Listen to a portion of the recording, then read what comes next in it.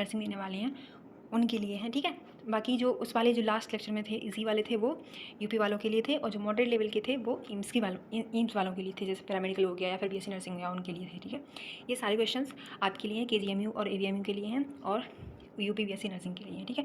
तो सारे easy question है, बिल्कुल भी आपको ज़्यादा हार्ड एंड फास्ट रूल लगानी है। अगर आपको बाय द वे नोट्स बनानी है इनके तो नोट्स बना लो, और बार बार जितना हो सके उतना रिवाइज करते रहो उनसे, जब तक आपका एग्जाम हो नहीं जाता तब तक, ठीक है। चलो ज़्यादा बकवास ना करते हुए लेट्स स्टार्ट द वीडियो। देखिए फर्स्ट क्वेश्चन है आपका, the carbon form many compounds because, जो कार्बन होता है आपका वो मैनी कंपाउंड को फॉर्म करता है। थोड़ा बड़ा कर लूँ थोड़ा सा, चलो आप लोगों के लिए बड़ा कर लेते हैं। The carbon forms many compounds because, क्यों बनाता है बताओ।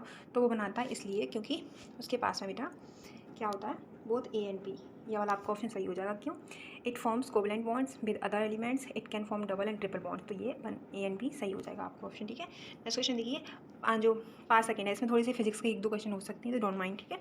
जो पार सेकेंड होता है इज द यूनिट ऑफ, अब ये देखो ये वाला क्वेश्चन मैं आपको बता दूँ, ये लास्ट क्वेश्चन है आपका, PYQ है, PYQ है 2022 का, किसका, जो यूपी नर्सिंग होता है, यूपी नर्सिंग केजीएमयू एवीएमयू वाला उसका है। तो ये क्वेश्चन एज इट इज़ वही पूछा था, यही पूछा था, तो ये आपका डिस्टेंस सही हो जाएगा इसका ऑप्शन। अब बता दूं मैं आपको 1 लाइट ईयर इक्वल्स टू कितना होता है, बताइए मुझे। 1 लाइट ईयर इक्वल्स टू होता है आपका, देखिए यहाँ पे लिख दे रही मैं आपको, और फ़ॉन्ट को थोड़ा सा मैं और कर ले रही थिक। अब देखिए 1 लाइट ईयर ऐसे लिखा है मैं, ठीक है।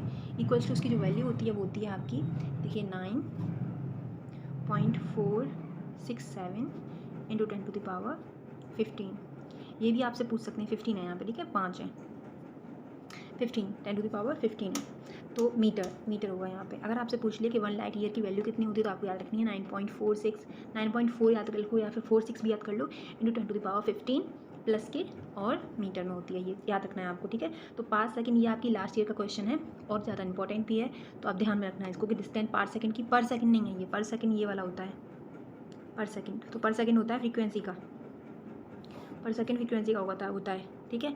लेकिन अब यहाँ पे पर सेकंड पूछा है तो डिस्टेंस का होगा यहाँ पे, ठीक है।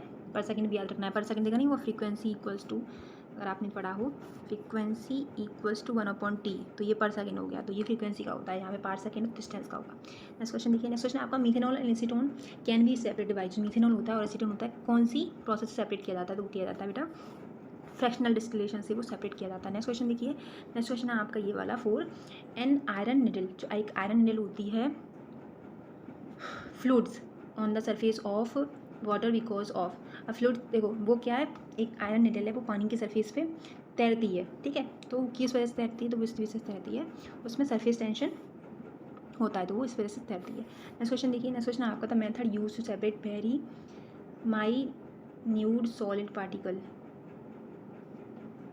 एक minute, from a liquid is यहाँ पे ना जस्ट मिनट रुको, हाँ चलो बेटा, तो मैंने एक्सरसाइज कर लिया क्वेश्चन को, इसमें बोल रहा है the method use to separate very minute solid particle from a liquid is, इसमें से आपको बताना है कि एक सॉलिड पार्टिकल है उसको लिक्विड से क्या करना है, वो क्या करता है माइन्यूट पार्टिकल्स में सॉलिड पार्टिकल्स को क्या करते हैं, सेपरेट कर देता है, तो किससे किया जाता है, वो फिल्ट्रेशन से किया जाता है, ठीक है। एक लिक्विड में अगर हम जो सॉलिड पार्टिकल्स होते हैं, जो माइन्यूट मतलब बहुत ही छोटे छोटे पार्टिकल्स होते हैं, वो लिक्विड में हम डालेंगे तो वो कैसे निकल सकते हैं, वो निकल सकते हैं आपकी फिल्ट्रेशन से, ठीक है। नेक्स्ट क्वेश्चन देखिए आपका 6 बोल रहे हैं, according to a recent study, जो ग्राउंड वाटर है in India is contaminated by which element, अब अकॉर्डिंग टू कुछ स्टडीज़ की गई हैं, तो जो ग्राउंड वाटर है अपनी इंडिया का, मतलब जो अंदर का पानी जो लोग पीते हैं, तो वो किससे कंटेमिनेटेड पाया गया, मतलब कंटेमिनेटेड का मतलब होता है दूषित, ठीक है।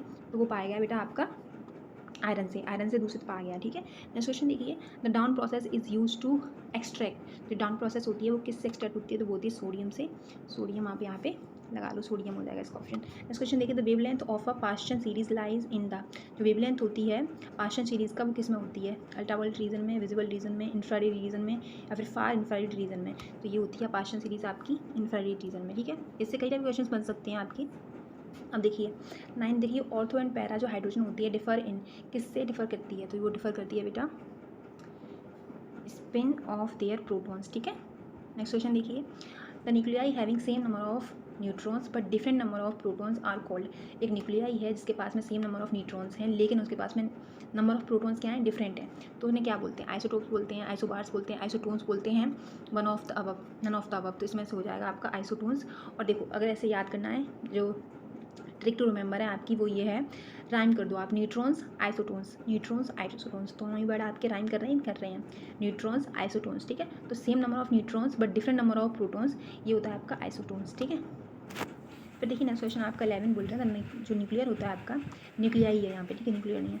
The nuclei having same number of atomic mass but different number of mass number are called. अब ये भी सेम ही क्वेश्चन है आपका, बस आपका जो न्यूट्रॉन है उसको लिख दिया है एटॉमिक नंबर, जो आपका प्रोटॉन है उसको लिख दिया है मास नंबर, ठीक है। तो यहाँ पे भी क्या होगा बेटा आपका, यहाँ पे भी आपका जो ऑप्शन हो जाएगा वो हो जाएगा आइसोटोन्स, ठीक है। यहाँ पे ऐसे ही पूछ सकता है बदल के आपसे कि एटॉमिक नंबर डिफरेंट सेम है और मास नंबर डिफरेंट है तो क्या होगा, तो आइसोटोन्स होगा ये भी, ठीक है। नेक्स्ट क्वेश्चन देखिए 12, which gas is use in cylinder for cooking. अब जब हम कुकिंग करते हैं जिस सिलेंडर से, उसमें कौन सी गैस यूज़ की जाती है, तो वो की जाती है आपकी लिक्विड पेट्रोलियम गैस, ठीक है। Next question